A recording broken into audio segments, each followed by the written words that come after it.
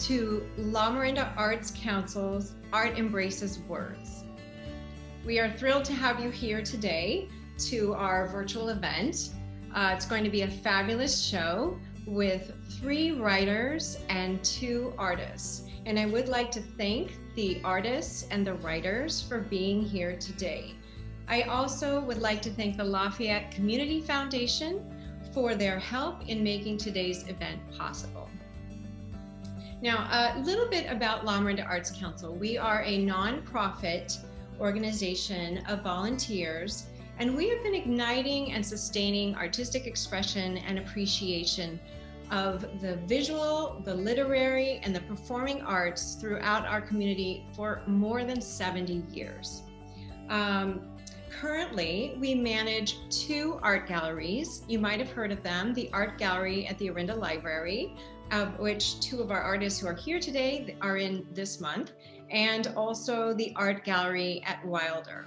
We have a number of active programs besides Art Embraces Words. You might have heard of La Miranda Idol, a singing competition for as young as 5 to high school seniors. We have the High School Visual Arts Competition, which is a wonderful visual arts competition which has students from over 10 high schools participating.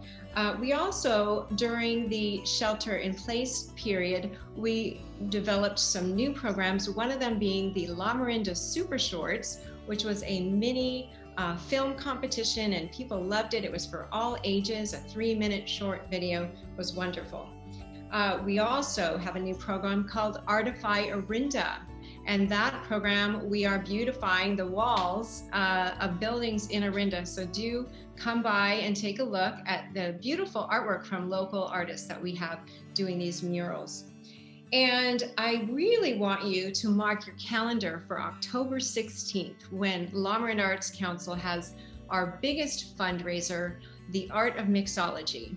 Now, you might think mixology and cocktails, how can that possibly be art or some kind of artistic program? It actually is. We have 18 to 20 bartenders mixing super creative cocktails that everyone who is there gets to enjoy, as well as food from local restaurants. So do mark your calendar. You can buy tickets on our website and find out more information at lamirandaarts.org. Now, I want to mention that all of these programs are available to members of our community, people that are interested in volunteering or either volunteering or just being a part of the programs and showcasing their talent. So we welcome one and all, and do reach out to us if you're interested. Before we get started, I thought it might be interesting to give you to get a little background on how Art Embraces Words came to be. And so I would like to invite Elena Olowski and Natalie Wheeler, both the co-founders and co-chairs of the event, to say a few words. So how Art Embraces Words came about. Here's a description.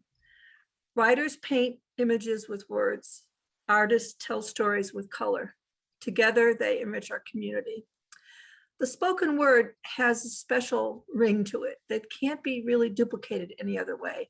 And we wanted to have an opportunity for local authors and writers, all kinds of writers, poetry, fiction, to have a place to read their work and get audience reaction and mix with people who love the spoken word. We also wanted to have a place for local artists to show their work and speak about it. While there are places for artists to show their work, a lot of them don't get to talk about the process. And these 2 things combined just have a very special vibe. And that's why the program's here. I'm Natalie Wheeler, and I helped Elena create Art Embraces Words. We had live events for a year and a half until the pandemic. And so what I do now is, besides a lot of the collateral, sending out doing the programs and the graphic design, I'm also a writer. So this is very close to my heart.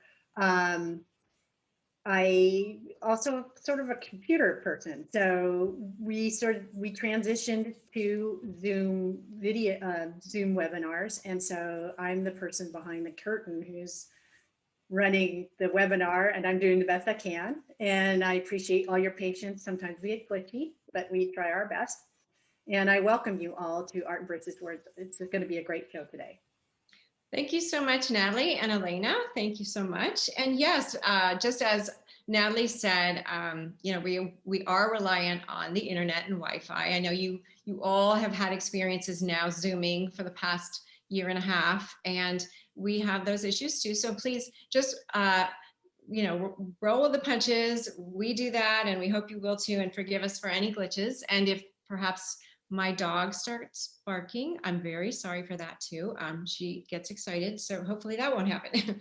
I also want to direct you to the bottom of your screen. If you move your cursor around, it will show up. There is a Q&A box or a Q&A icon down there. You want to go ahead and click on that if you have any questions for our presenters while they're presenting. And also if you have any words of encouragement, you know, they love to hear that. So please do fill it out. I will do my best to answer or give those questions to the presenters, and they'll answer them for you. And yeah, we would love to hear your questions. So let's get this show started. Today, I just want to tell you we have writers Josephine, who goes by Jo, Mealy, and Phyllis Hausman, and Marlene Daughter. Those are our writers, and two artists, Kimiko Kogure and Ruth Stanton, are here with us today. And now for our first writer. Jo Mealy of Moraga started writing when she retired from Diablo Valley College. Jo is a world traveler, tour guide, magazine editor, and a lifelong mystery reader. Her sense of humor, travel experience, and love of food have definitely contributed to her writing. She will read Coming to America, an excerpt from her memoir, The Odd Grandmothers. Jo, thank you so much for being here today. It's fun to be here. Thanks. Great. We're very excited to hear an excerpt from your book. This is from the part about my grandmother. Filippo's cousin, a Brooklyn doctor, sponsored him by signing documents stating that he would be financially responsible for Filippo and swearing that his cousin would never become a burden on the United States government. The two young men had never met, but Uncle Vincenzo helped them exchange photos and letters through the secure church mail pouches, through which letters, money, and tickets could be safely sent. Vincenzo hoped the photos would help the cousins recognize each other at the crowded New York pier. A copy of his cousin's address was in Filippo's wallet, suitcase, and at Francesca's urging, his right shoe. She said, "This way you can find your cousin, even if you somehow missed each other at Ellis Island." When the ship arrived in New York, and after a very tense hour of searching the crowd, the two young cousins did find each other. Filippo was happy to be off the overcrowded and unsanitary ship. He worried how Francesca and Franny would cope on the week-long voyage. He knew Francesca would be upset at the level of filth she would find aboard the steamship. Thanks to his cousin's connection, Filippo soon found work. He would be working for the Brooklyn-Manhattan Transit Line, extension to Coney Island. Laying track was a dangerous and backbreaking job, but one sought after by thousands of unskilled immigrants pouring into New York. Filippo's was a union job that had regular hours and steady work. Most immigrants had to settle for day labor jobs, never knowing what the next day would bring or who they'd have to bribe to get hired. He was anxious that Francesca made the crossing before the seas turned rough. It had only been 5 months since he left Sicily, but it seemed much longer without his wife and baby girl. Filippo saved every cent for Francesca's steerage ticket. He wanted to send second-class tickets, but he couldn't bear to wait until he could afford them. Filippo rented an apartment in a 5-story tenement home on Elizabeth Street.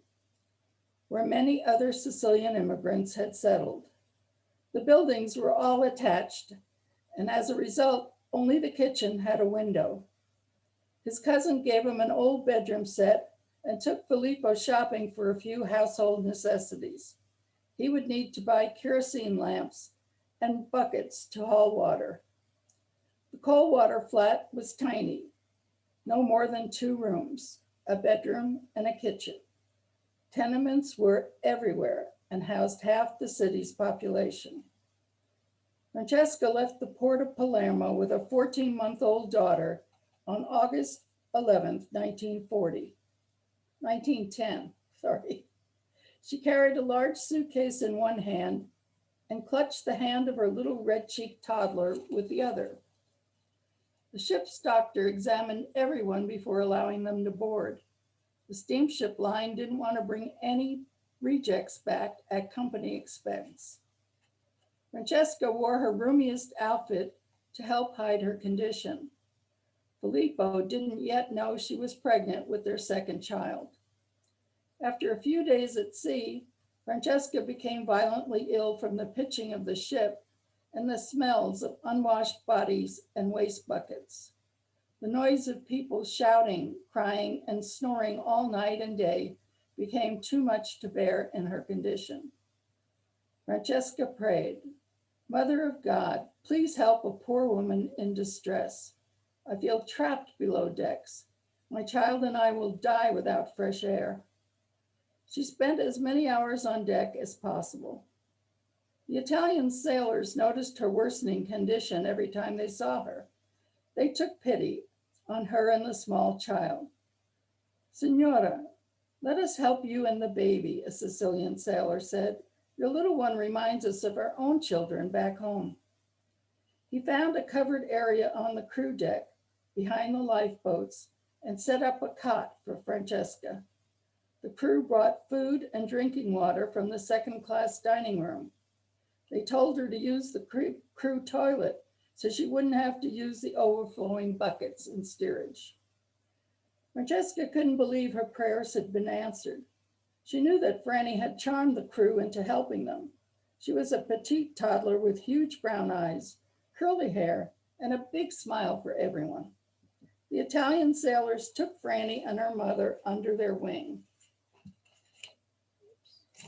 The baby became the crew's entertainment for the voyage, and they became Franny's babysitter and Francesca's guardian angels. The sailors took turn walking the Bambolina, the little doll, around the deck in their free time. They'd tie a rope around Franny's tiny waist to prevent the toddler from wandering into danger. They sang her songs, brought her sweet treats, and helped her pass her long days at sea. Francesca was happy for the chance to rest and the use of the facilities. One morning, Francesca noticed a flurry of excitement on the deck. Passengers rushed to the rail and pointed. The murmuring got louder and louder until she could hear what was being said. "Look, the lady with the torch," a woman cried. "Such a beautiful sight. We've made it to America." Passengers dried their tears, hugged each other, and started gathering their belongings. The awful trip was finally over. That's a story my grandmother told me when I was little, and was the start of writing this book. That's amazing. That is amazing. So you started writing this book 30 years prior, is that right? And during that time, did it kind of change and morph? Did you go back, reread, rewrite? And then how did you really know when you felt like it was completed? Yeah, I had a collection of short stories that I had written from stories my mother or my grandmother or my aunts had told me. And then if I had started thinking I was going to write a book, I never would have done it. I was just writing short stories. But when I had enough of them, I thought about putting them together as my grandmother's memoir. And then the more I got into it, I realized there were certain similarities between my decisions and my grandmother's decisions. And then I decided to include both of us. And then I looked into my great grandmother, who was the stolen bride, and she had the same similarities. So it was the first, third, and fifth generations, the odd generations of our family, that were so similar and had so many similar experiences. So Interesting. that's where it warped into this trilogy, actually. Wow, and interesting. And then on that note, you had written in your application, you had said one other note, all memoirs are fiction. Can you explain that a little bit? It sounds like Yeah, you were putting my, what you had and what your grandmother told you together. my sister's comment was, I don't remember any of this, and I don't think it happened that way. So the Oh, memoir is basically your interpretation of things you've been told. It's like a giant game of telephone. People tell your grandmother stories, your grandmother tells your mother, then she tells you, and by the time you've got it, it's a different story. So I that's why it's fiction. well, it's wonderful fiction. And I understand you also write travel mysteries. Are you working on one right now? Yes, I just finished Death on the Danube, Oh, where we find a body on a cruise. And then I'm working on Remains on the Rhine. I got wow. so into cruising, I just thought I'd stay on the ship. I love it. I love it. Hey, we have a question from Sue Fine. She said, lovely story showing the contrast between then and now. She did ask, was Francesca, is it Francesca, your Francesca. grandmother, or was it Franny? Francesca was my grandmother, and Franny was my aunt. Was Okay. her oldest child. Okay. I got it. Our grandmother had 8 children, was widowed at 38, with 7 children and pregnant, Wow. not speaking the language, illiterate, Oh not my with goodness. any job skills, and they all survived. Wow. Fantastic. Yeah. So interesting. Thank you so much for being welcome. here today, Joe. Josephine Mealy's books are available on Amazon, so do look her up. Again, it's Josephine Mealy, Mele. Thank you again. Thanks. Okay, our first artist today is Kimiko Kogure of Orinda. Kimiko has been working with glass, wood, charcoal, pastel, mixed media, and fabric for some time.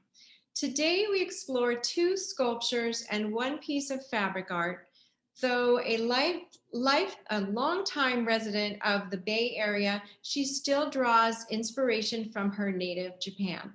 Welcome to our show, Kimiko. So nice to have you here. Thank you. Thank you, Denise. Great. If you want to just maybe elaborate on my introduction, and then we can start to look at some of your beautiful works of art. I will. Thank you so much for inviting me to this very exciting program called Art Embraces Warriors. I was not aware till I was invited, but this is a wonderful program. I'm very honored to be here.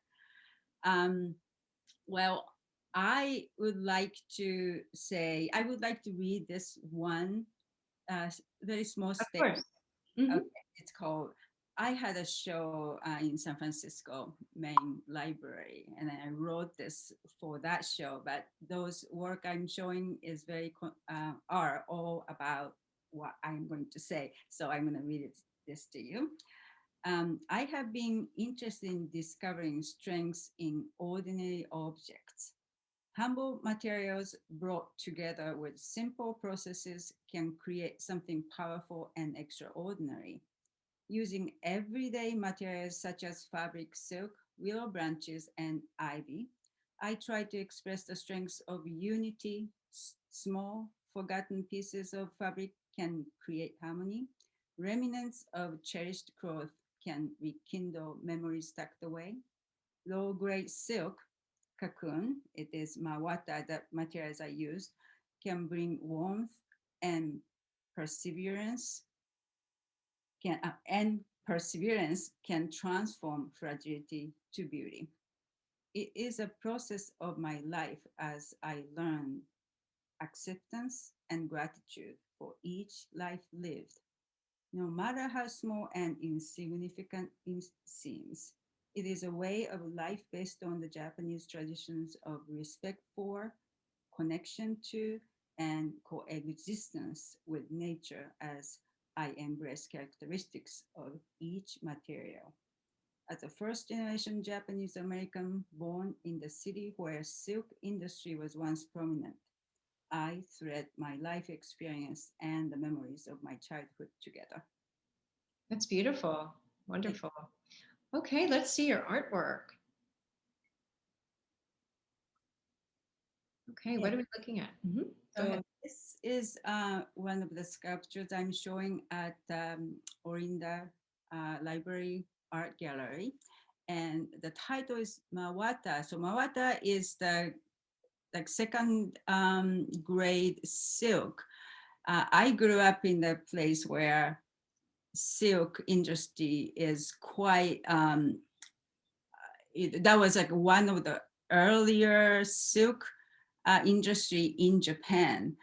And I grew up having even my grandparents raising silkworm in the house, and most of the houses in my neighborhood had silkworms raising. No longer, but that's how it was when I was growing up. And I am going to I'm going to read this again so that I can do this much easier than talking about it. My fondest memories with my mother was to help her stretch a sheet of mawata. It is floss silk, second class cocoon stretched to rectangular form to be used for stuffing and making hand span thread to cover the feeling of homemade comforters. The elasticity of each tiny cocoon that covers the size of comforter was like a magic every time I witnessed.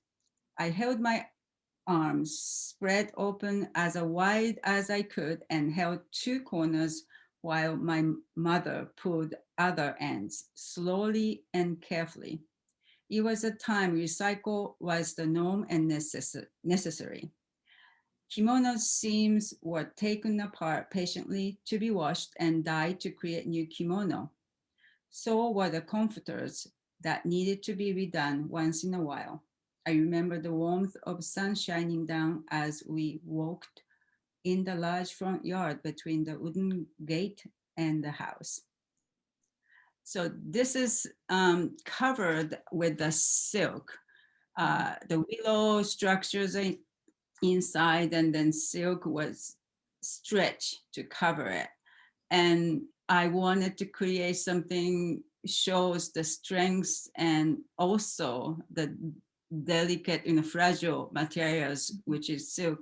So this is one of the works series that I made called Mawata.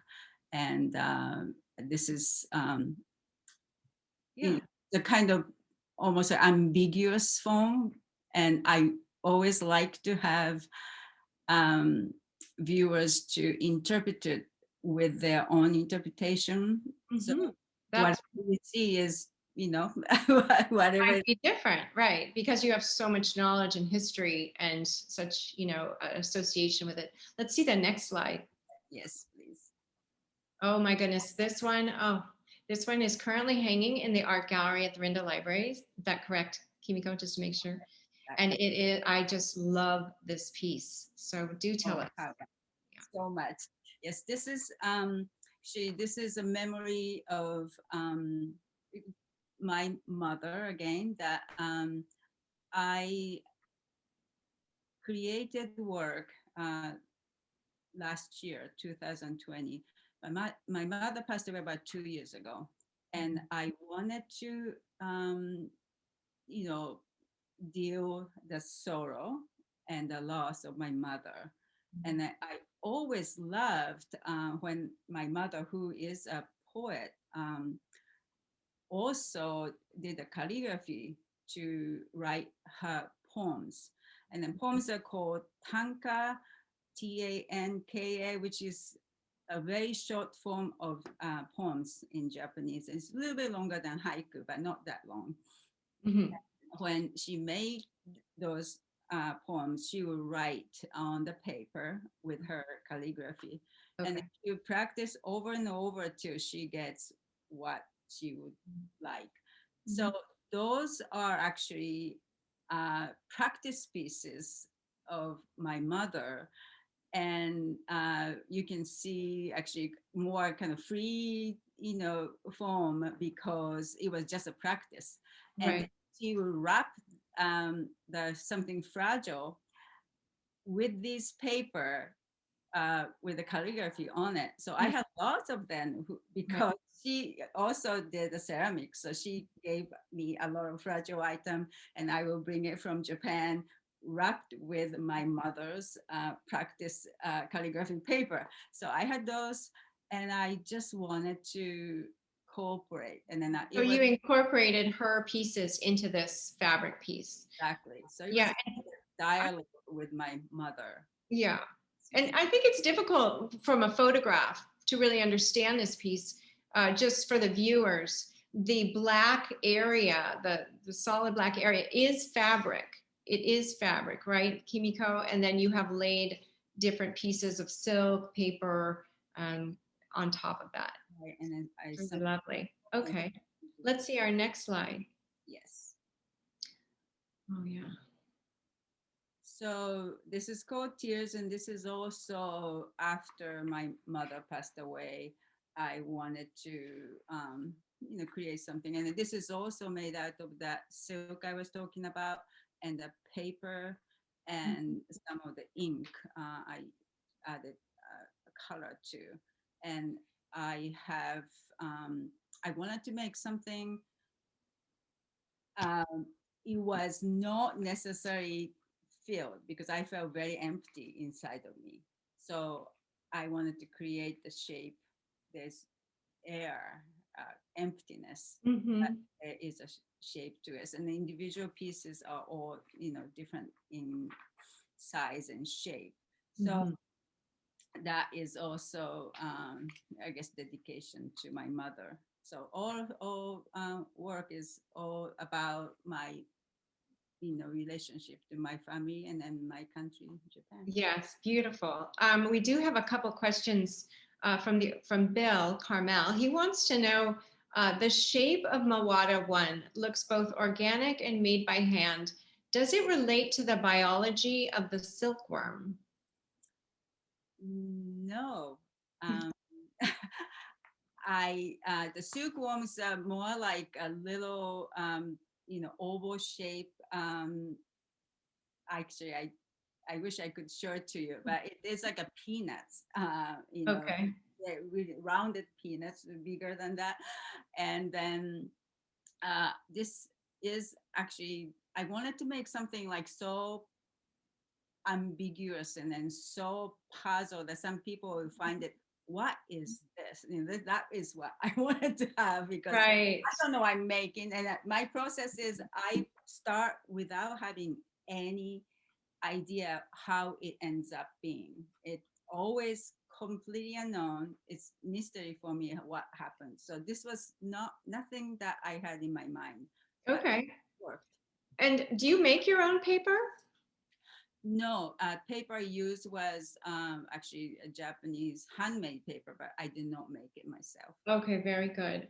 Well, a lot of my questions I had for you, you answered so lovely through your explanations and how you're connected with, nature and obviously Japan. I want to ask, why is thread such an important metaphor in your art? Is stitching a meditative practice for you as well? Really wonderful question you asked.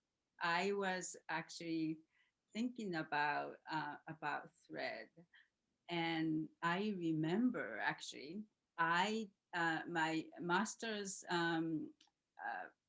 thesis when I got the MFA was called 5,000 Miles of Thread. And what I did was, again, the distance between Japan and here, that I feel like I'm connected to Japan, and I'm trying to wrap around myself with a connection from Japan, and then very thin but still connected. Yes. That was how I felt. So Ah. it was about, about my connection. And then, I came here over 40 years ago. I'm Mhm. still very much of Japanese, and that's who I am. So I was trying to do the connection. I So see.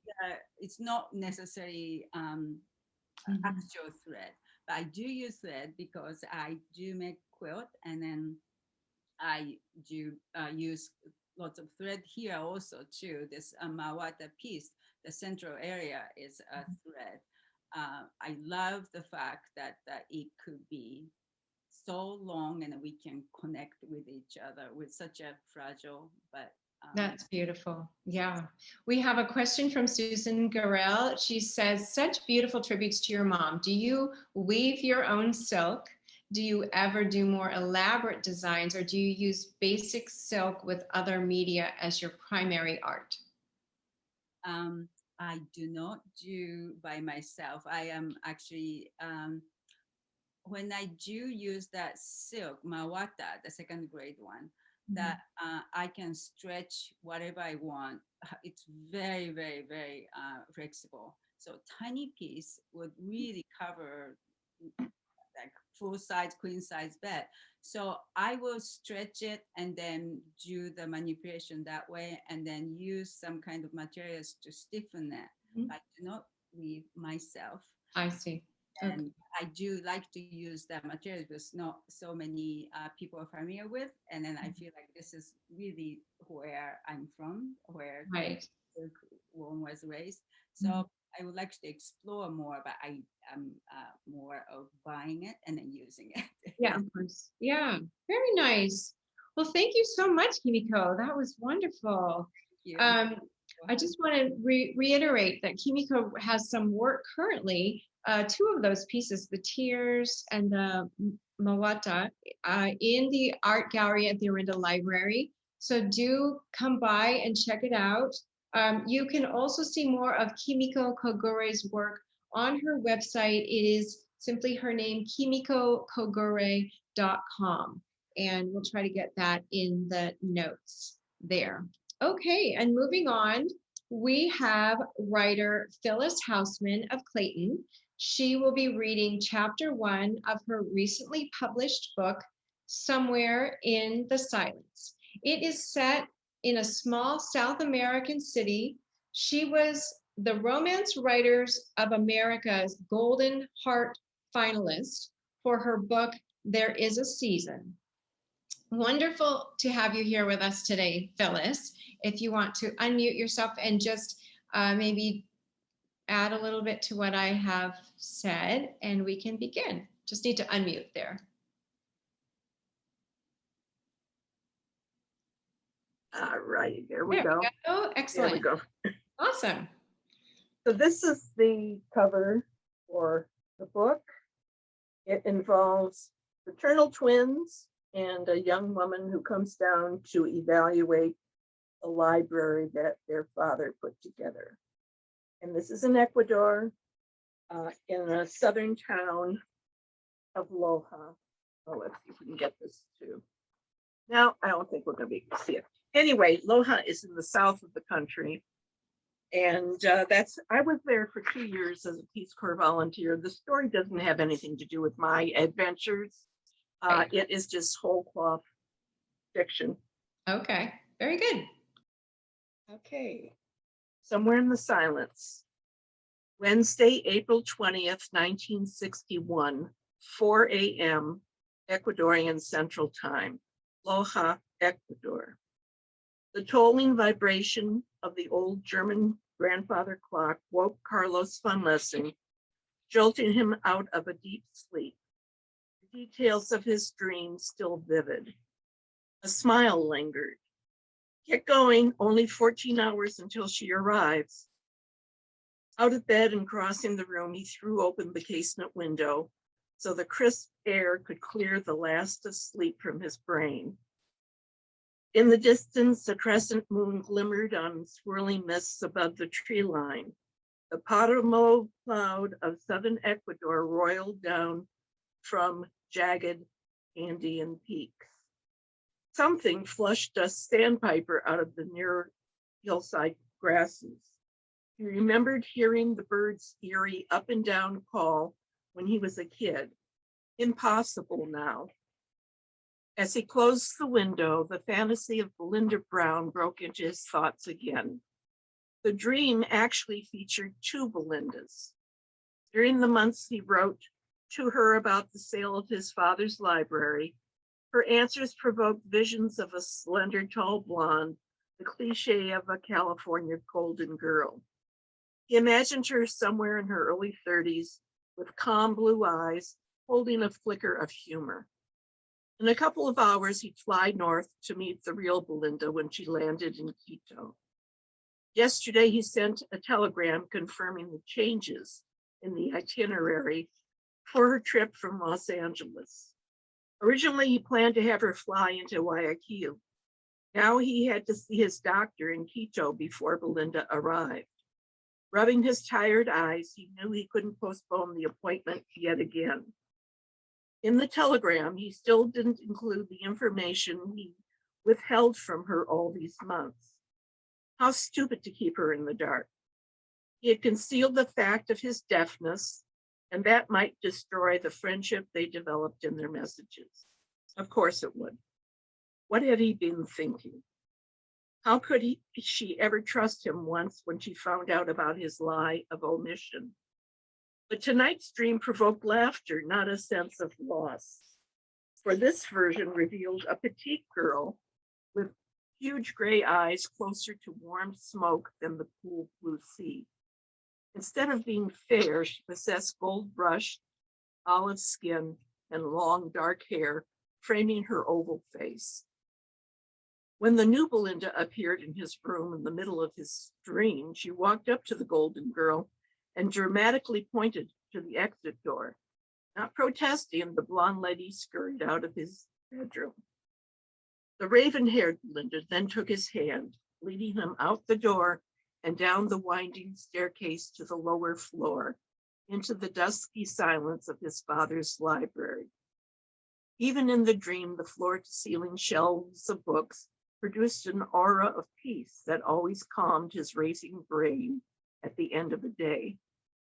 She looked up at him, her full lips parted, her gaze direct. With her face inches short of his, a soft voice spoke to him in musical, faintly accented Spanish. Carlos, de alguna manera, tú has caparado mi corazón en este cuarto tranquilo.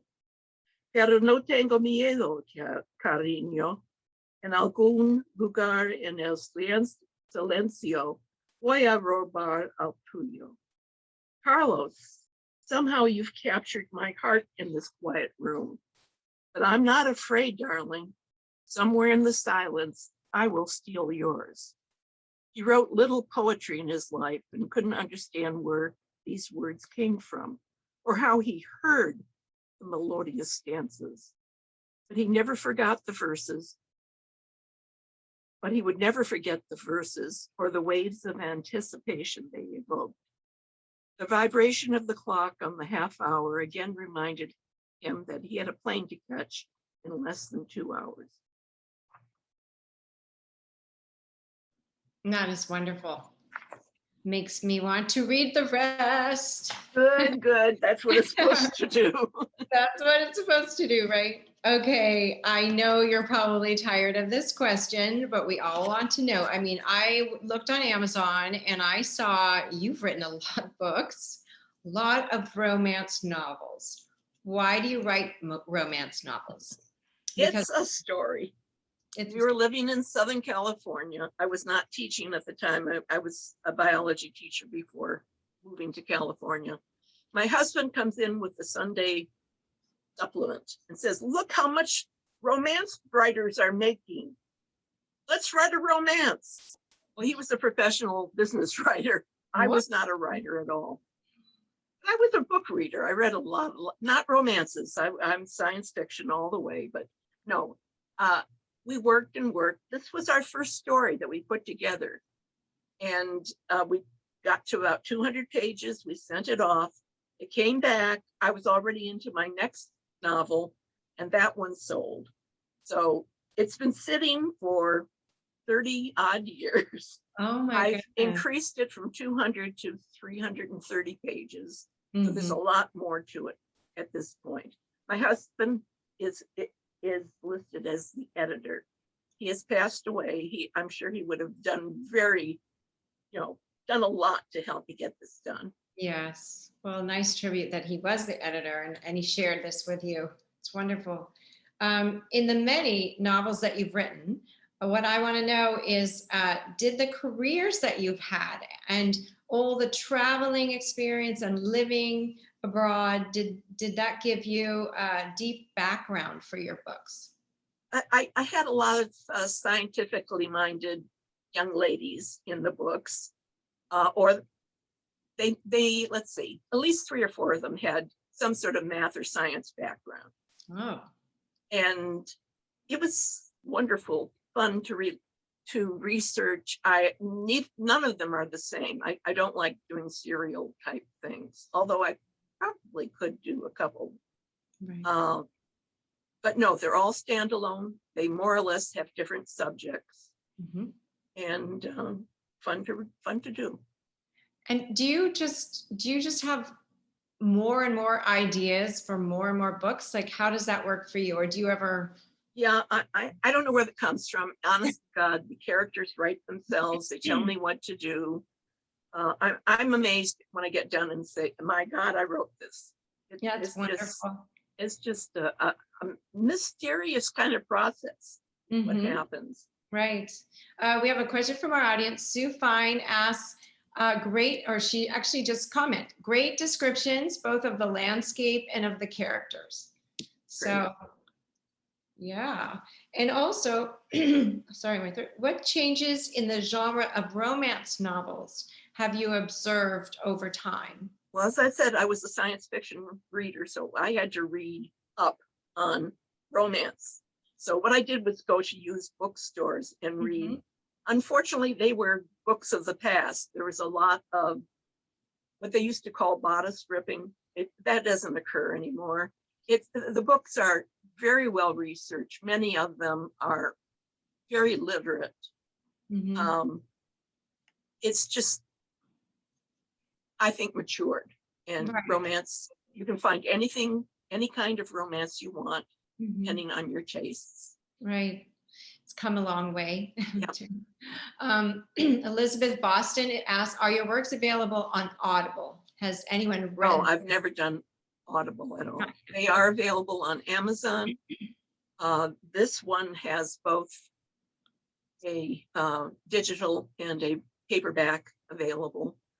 There are 5 others that I published, and there are stories in anthologies, but the 5 others are all digital. They were Okay. traditionally published, and then I owned the words. I didn't own the covers, so I had to hire an artist to do new covers for those Sure. 5 books. But they Right. were published by Random House, Harlequin American, and Kismet. I don't know if you probably don't remember Kismet, but yeah. Wonderful. Well, Phyllis, thank you again for being with us. I mean, don't you just love a good romance novel? I just do. It's wonderful. Great. So please do check out Phyllis Hausman's books on Amazon. She's there, quite a few. So take a look. Thank you again. And I do have a webpage at phyllishausman.com. Oh, thank you. I didn't get that on here. Okay, great. phyllishausman.com. Thank you so much. Thank you. Okay, and let's move on to our next artist, and that is Ruth Stanton. Ruth of Lafayette paints with acrylics. Her paintings focus on capturing emotional connections to her life experiences involving nature and people. She is part of many creative tribes, including Bay Area studio artists and the Marcy Wheeler Studio. She's also a board member of the Lamorinda Arts Alliance. So Ruth, thank you for being with us today. I'm a big admirer of your work, and I know it's currently hanging. There are some pieces in the Lamorinda art, in the art gallery at the Orinda Library. So everyone go by and check it out. And if you want to say a few words, and we can get started looking at your beautiful work you brought here today. Okay, well, thank you, Denise. It's a pleasure to be here. And good afternoon, everyone. So as Denise said, I paint in acrylic, and I also draw from my life experiences. Whether I'm traveling or it's a family celebration, but most of my art is about people and nature, whether that's animals or landscapes. And then occasionally I'll throw in an abstract piece, but primarily it's the landscapes, waterscapes, and people that I really enjoy doing. So I try to capture the beauty and joy of life and my surroundings. That's wonderful. Great. Let's see what you brought. Okay, so this painting's called Calm Within Chaos. I was inspired to paint this painting because of Richard Diebenkorn's seated figure with hat. I love his style and his technique, and I personally like to explore and challenge myself to paint realistically, but also with perspective, but balance it with flattening the picture plane. A lot of times I'll start painting with one direction in mind, and I end up going slightly in a different direction, not from a stylistic standpoint, but from a meaning standpoint or an emotional standpoint. So for instance, in this case, like I said, I wasn't looking to flatten the figure, but flattening more of the space around her. This was a picture that I had taken while on vacationing in North Carolina. So, but I painted it during the pandemic, and as I was painting it, I, was really capturing her calmness, this unflappable calmness, as we as humans were trying to go about our daily lives, but we were all in quarantine, and there was just all this chaos around us. Yeah. And so I decided to abstract the background and use colorful abstract shapes to depict that chaos. They look very puzzle even. They look very like puzzle pieces kind of put together. It's very cool. Like, how did you come up with that kind of idea? Well, it's some of it's just trial and error, just figuring out what works. She's sitting in an outdoor terrace, and it's a walled-in terrace, and the walled-in terrace was not very interesting. In fact, there was a door that probably either led to an outdoor space or a shed, a tool shed. And I didn't want to depict that. And then there was a planter that was behind her. So I just, some of it's just pure trial and error. And what does the painting need? And what am I trying to convey? And that was the way I chose to kind of handle those puzzle pieces. I love it sometimes, not always defining areas, but letting the viewer figure out, what is it to them? Because everybody will see something different as you start abstracting the work. It's very interesting how, as a viewer, how that background is reflected into the table as well. I love how you did that. I would assume almost a glass table, reflecting what is going on in the background. It's really lovely. And then her meditative presence, very, very nice. Yeah, well, thank you very much. Okay, let's see the next one. Okay, so this piece is also at the Arundel Library, and it's my waterscape. So I'm just always fascinated by water and the reflections. The photograph I took at Cornerstone in Sonoma, and it was towards the back of their area where they have the large ponds. Part of my process is I'll import the photograph into Photoshop and zoom in until I find something that kind of grabs my attention, whether it's the colors. And in this case, it was the colors, the reflection in the water, and then just, the lilies were beautiful. I had to modify the composition so it made sense. But that's how I derived this painting. And it was lots of fun because at the time I was painting it, they had an exhibit of Monet at the De Young Museum.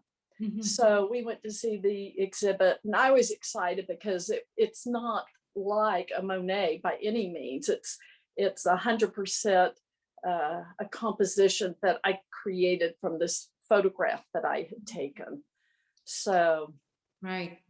Well, you certainly captured the reflection and the lilies floating, the way they float on the top of the water. It's beautiful. By any chance, is calligraphy does that ever come to play in your artwork, or do you do that? It just no, I don't do it at all. Okay, interesting. So it is. So the marks that you're reading more calligraphy-like are made with a flat paintbrush, and either it's how I'm using the paintbrush, or you can there's a couple of different techniques that you can achieve those marks. But no, maybe I should pick up some calligraphy.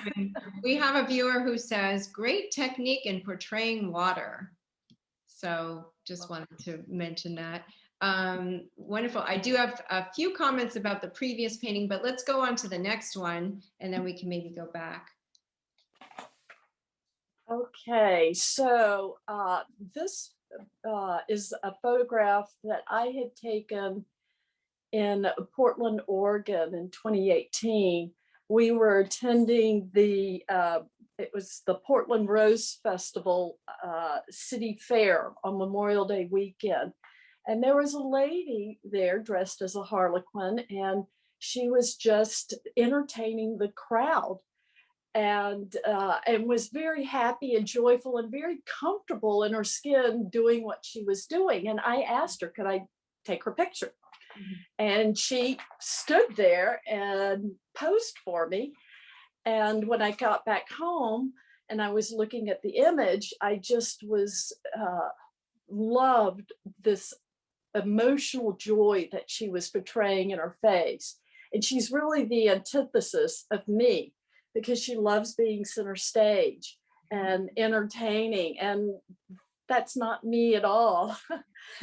So I photoshopped all of the noise that was going on around her, the people, the throngs, the rides, and placed her in the painting as if she were on stage. And here I am to perform, and it's me. And at the time, The Greatest Showman was in the movies, theaters, and I don't know, I correlated her being comfortable with who she was with that movie. Thus, I named it This Is Me. I see. And I understand it was in the window of Neiman Marcus. Very nice. Congrats. Yes, it was. It was so exciting to be at Neiman Marcus and be in an environment where lots of people would see it. Yes, absolutely. All right. Yes, wonderful. If we can go back to the first painting, Natalie, we have an attendee. He's anonymous, or she. It says, calm within chaos. Is there meaning in the paint on the skirt and her knee? No, it was really more of just the reflections of what was happening around in her environment. and Okay. bringing in some color into herself.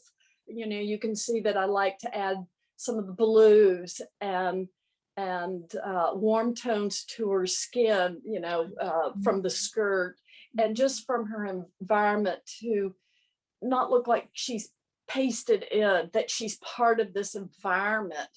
Yes. So that's another technique that I like to use, is to bring colors from the background into, you know, the foreground or the dress or the person. And how about the blank canvas? I mean, the meaning of the blank area in the back. That's Okay, just more of a spot to rest the eye Love and that. to pop her forward, you Sure. know. Yeah. Not all the space has to be detailed out, or every inch of the painting detailed out. You want space to rest the eye. Of course. And I also like to sometimes emphasize certain shapes. Okay. And Susan Grell asks, is her hand gesture part of the message of calm? Did that come naturally? No, that didn't. It's really hard to photograph young folks without them holding their phones. Don't I know? And darn if I can't get one, but it does look like she's cupping her hands. She could be reading a note, but in the actual photograph, and I probably shouldn't say this, she's holding her iPhone. Of course, yes. Of course. And Phyllis, who just read, Phyllis said, I love the feet planted in reality, the body lifting into fantasy. That's nice. Yes. Yes, it's lovely. Wonderful. Well, I believe, let's see, we have asked all the questions. Thank you so much, Ruth, for being here. And it was lovely to see your work. And again, everyone can see it in the gallery at the art gallery at the Orinda Library. And also Ruth has artwork on her own website. It's rstantonart.com. So rstantonart.com. Did you have? Yeah, Denise, I also have artwork at Valley Art Gallery. Oh, wonderful. Also. Okay. Wonderful. So go to Valley Art Gallery and check out Ruth Stanton's work. Thank you again, Ruth. Thank you. Okay.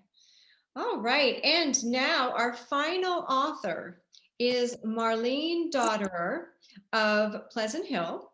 She will read from what her Amazon readers call a time travel historical novel entitled The Time Traveler Journal Shipbuilder. Marlene is the past president of the Mount Diablo branch of California Writers Club, but prefers to describe herself as a troublemaker and writer. Marlene, are you there? And do tell us about being a troublemaker. Yes, thank you for having me here. I've read before, and I always love returning. I am a troublemaker, I guess, because I often don't do what people expect me to do, but that's about the extent of it. And totally fine. I don't, have to go to jail or anything like that. Okay, that's good. That's good. Yeah, but I just have my fingers in a lot of things. So very good. Yeah. Can't wait to hear. So let's hear your excerpt from the Time Travel Journal. Right. Time Travel Journal. It's Bridge Builders, and this is it. And it's a sequel. So it's a sequel to the Time Travel Journal's Shipbuilder, and it's. The idea is generally it's a time travel thing, and people go back accidentally, sort of accidentally, to 1906 Belfast, and they are stuck there because that always happens, I guess, in time travel. But they meet Thomas Andrews, who is one of the builders of the Titanic, and from that relationship, then they become determined to try and change history. And they have actually they're not in their own universe. They have created a separate universe that started when they went back in time. So it's not really changing history when you have that situation, I don't think. So they have some success, they don't have complete success. But Bridge Builders is about 80 years later. And it is Bridge Builders, the bridges that we talk about are wormholes. And the idea is to build a wormhole or a bridge that will take the people from the second universe back to that first universe and see what's going on and see if they can figure out why this all happened. Great. So, Okay. so I will read the beginning of this and we'll see what you think. So we're in the second universe. It's 1977 in that universe, and we're in Comer, Ireland. Sam Altair did not believe in life after death, but even as Casey Andrews' flower-lined casket inched lower into the ground, he knew that she would never release her hold on him. He had known the old lady for only 5 years, yet his wire-rimmed glasses had fogged several times as he stood behind her family at the gravesite. Was he crying for himself or for the older version of Sam Altair who had stolen Casey from an alternate timeline when she was just 20 years old? The present Sam Altair stood at the gravesite, the 31-year-old inheritor of a lifetime of someone else's sins. He was surrounded by Casey's children and grandchildren, along with a plethora of grandnephews and nieces. A wail from the side reminded him there were also a couple of great-grandchildren. The woman had become a matriarch. The 70 years since her abrupt move backwards through time had brought her love and family and friends, something that he suspected would have happened to her no matter where she was. Casey Wilson Andrews had been that kind of person. He had grown to love her too. Her last request burdened him.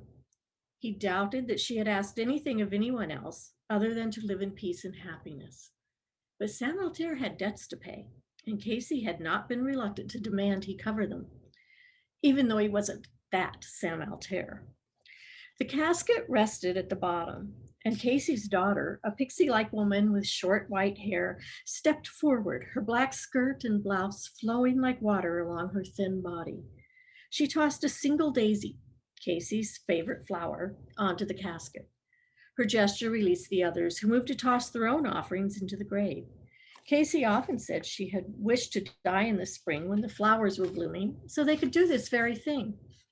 She wanted flowers in her grave. It was true somehow that Casey usually got what she wanted. When they were all finished, a few of them looked to him, and he stepped forward to place his own offering, an acorn from the oak tree that grew in the Belfast Botanic Gardens. The tree had come back in time with Casey and Sam in 1906, the result of a time travel experiment gone haywire. Casey would have laughed in delight if she'd known he was going to do this. Sam rather hoped the oak would take cold in this place. He could think of no greater legacy for her. The graveyard workers began to fill in the hole, and Sam's gaze wandered to the waiting headstone. Like all the others in this part of the church's graveyard, it was dignified and simple, but with a message chosen years ago by her husband. Casey Ashley Wilson Andrews, May 16th, 1885 through June 4th, 1977, beloved wife of Thomas Andrews of Denallen and mother of his children. The reason I lived. Of course, she had been born in 1985, not 1885.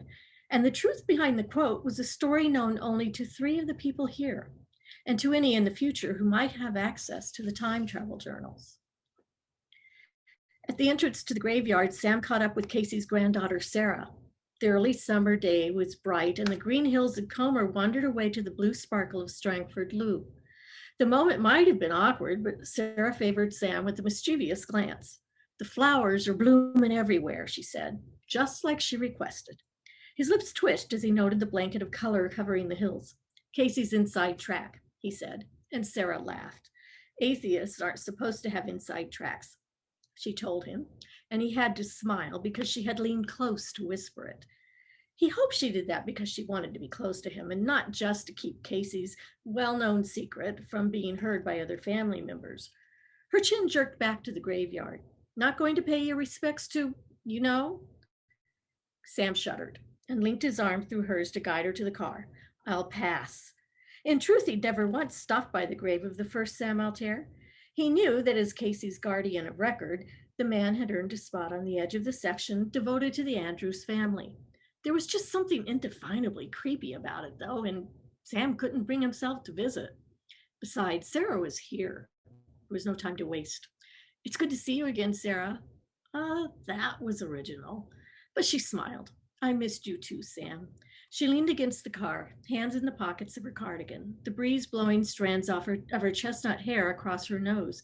She regarded him with a tincture of amusement. Her eyes were as green as her grandmother's had been. He returned her smile. How long can you stay? Hopefully several years. What? What do you mean? She shrugged. I could stay in Galway and work at Space Systems for the rest of my life, but I thought I'd see about the family business. Harland and Wolff shipyards, not officially the family business, but there'd been an Andrews or close relative at the helm practically since its inception. Sarah was the latest in the Andrews line of shipbuilders that had started with her grandfather. When he was Sarah's age, Thomas Andrews was building the grand ocean liners of the early 20th century.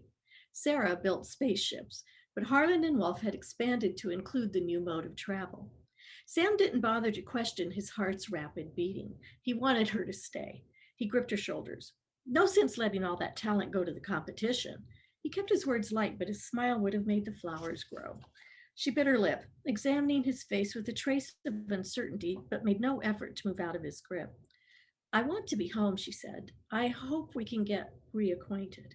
Now, there was a word fraught with meanings. Sam was all set to explore some of them, but the presence of so many family members hindered him. That and an approaching voice pitched to brook no nonsense.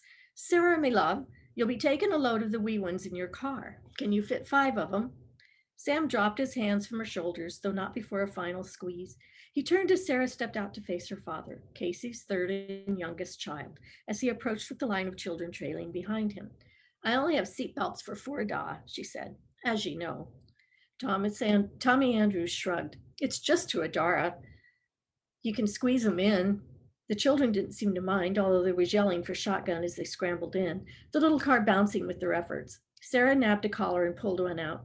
You can go with Sam there, Jeffrey. I drove this thing from Galway and it's needing tires. No seatbelt, no ride. Sam was more amenable to this than Jeffrey, although the reminder that it was just to Adara, a drive of less than 5 minutes, provided one didn't run into a flock of sheep crossing the road, placated him enough. Jeffrey managed to convince a cousin to come along. With the boys safely belted in and making loud, scatological noises in mimicry of his car, Sam endured the ride to the Andrews ancestral home on the banks of the Lou. The commotion in the house and yard was in inverse proportion to the solemnity of the funeral. A large group had already assembled out back, past the rose bushes, to continue the ongoing interfamily football match. Montgomery's versus Andrews, currently 2-up for the Montgomerys. Sure to be put right now that Sarah's back, Sam heard as he approached the field, and Sarah's loud protests were roundly ignored as she was pulled into position and the ball was off. Sam watched, amused and frustrated. But honestly, there'd be no way he'd get to talk to her anyway, not today. This would be all right if he could play too, but the family competition was a serious thing. Only blood allowed was the rule, and not even Sarah's brother-in-law, a defender for Ipswich, could play in this game. So instead, Sam kept score, joining in the general observation that poor Sarah had not managed to make too much of a difference. Oh, sorry, I was muted. Very intriguing. Yes, and very interesting. A few comments first from the viewers. Someone has asked, is the purpose of time travel to show life has possibilities, that choices determine history? I think that's very true. That time travel, of course, could just be fun. You just go back to see what was really there or something. But to know that there's, especially if you can change things or affect things. Yeah. Wonderful. Yeah. Interesting. And also, Dita Basu said, his smile makes the flowers grow. Lovely, Marlene. Just wanted to Thank you. tell you that. So nice. When did your fascination with time travel begin?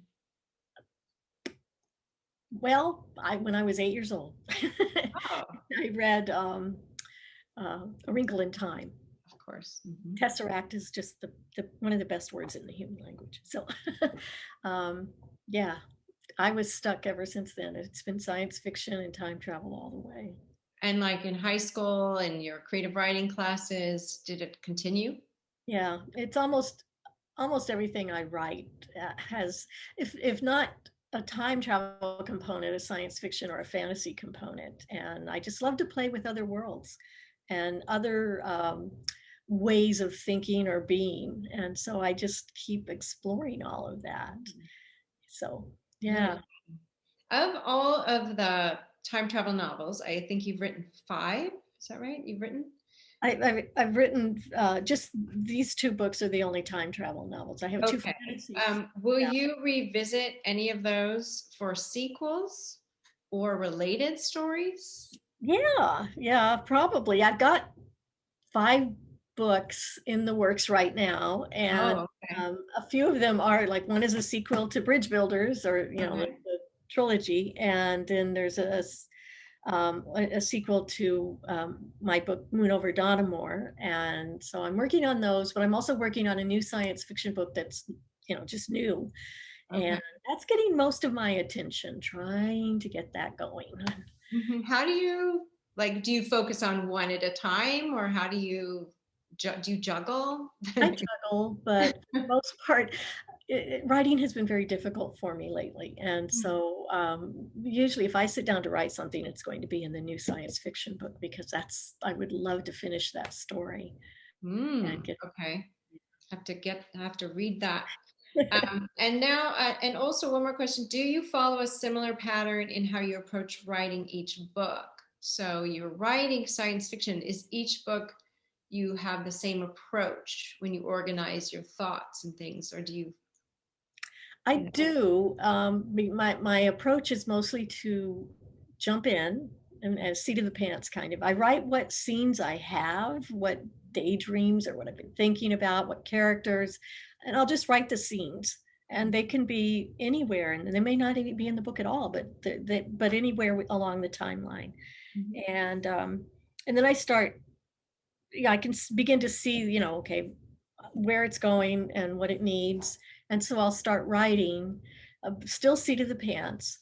But usually about a third of the way through, when I get to 30 or 40,000 words, I have to build a storyboard, and I use Post-it notes, and I just put this chapter, this is what's going on, and this is what needs to happen to get to this part. Okay. Yeah, I have to get it organized at that point. Yeah. Especially if there's more than one timeline. Well, okay, that makes sense. And I read your bio on Amazon. I read that you packed up, that you're from Arizona, grew up in Arizona, and you packed up your 5 kids and you moved to Northern California. You got a degree in geology. You worked in a national lab. You owned your own business, and you were a personal chef. Yes. Too. Wow. And I'm assuming all of these experiences impacted your writing in some way or another. Would you say so? Yeah, absolutely. I very much depend on my experiences to guide me to at least what I want to show on the page. Sure. So yeah, they all have, and they all represent interests of mine that go into my stories. Food is important, and of course, since science is very important, and getting it as right as I can within the idea of fiction. It is fiction, so I can make up some things, but yeah, all of that, and the environment. Everything I write is about our responsibility to the planet, and how we need to take care of it and each other. Wonderful. Well done. All right, Marlene, thank you so much for being here. A lovely way to end our show today. with your excerpt. And I hope everyone will check out Marlene Daughter's books on Amazon. Please go to her page on Amazon. It's Daughter, Dotter. Yep. Very good. And thank you again for being here. Okay, well, thank you. I'm glad to have been here. And that is it for our event today. I wanted to say that I hope you enjoyed the event and what our writers and our artists had to present today.